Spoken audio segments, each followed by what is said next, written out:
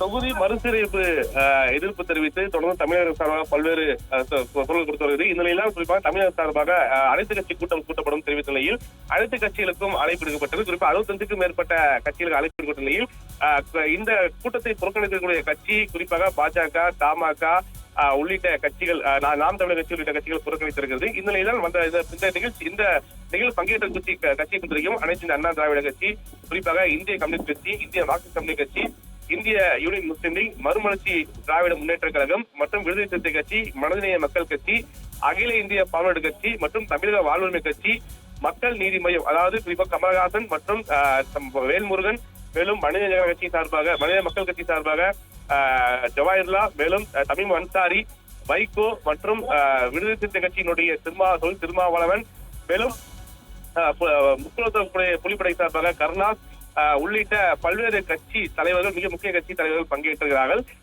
இந்த கூட்டம் என்பது மிக முக்கிய ஒன்றாக பார்க்கப்படுகிறது என்றால், தொடர்ந்து தொகுதி மறுசீரமைப்பு கொண்டு வரும் பட்சத்தில் தமிழகத்துக்கு இருக்கக்கூடிய தொகுதிகள் குறையுமா என்ற கேள்வியானது கடந்த காலம் வைக்கப்பட்ட நிலையில், ஆனால் அமித்ஷா இதுக்கு முன்னாடி கருத்து என்னவென்றால் அது போக குறைய வாய்ப்பில்லை, தமிழ்நாட்டுக்கு எந்த ஒரு பிரச்சனையும் இல்லை கருத்து தெரிவித்தாங்க. இந்த போதிலும் இது மிகப்பெரிய பாதிப்பை ஏற்படுத்தும் என முதல்வர் தெரிவித்த நிலையில் இந்த கூட்டமானது மிக முக்கியத்துவம் வாய்ந்ததாக பார்க்கப்படுகிறது.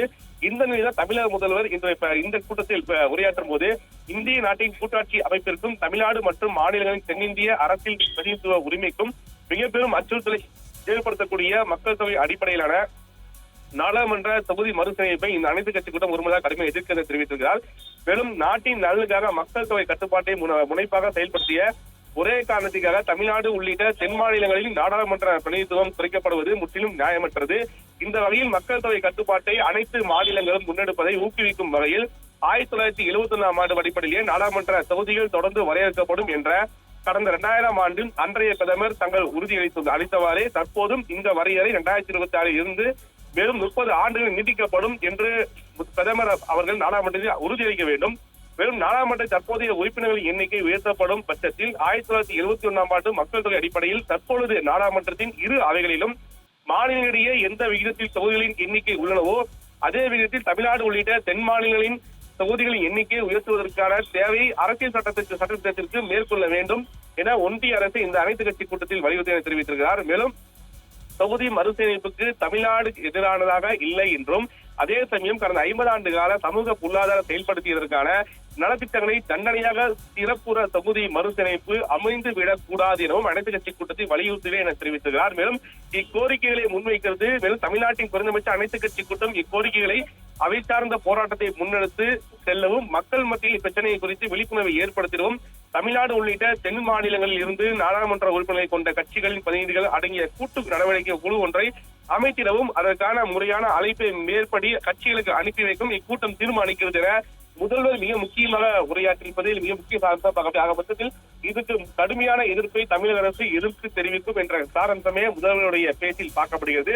இதுக்கடுத்து ஒவ்வொரு கட்சி, அதாவது அங்கீகரிக்கப்பட்ட பதிவு செய்யப்பட்ட கட்சி, இரு கட்சியில பார்க்கலாம்.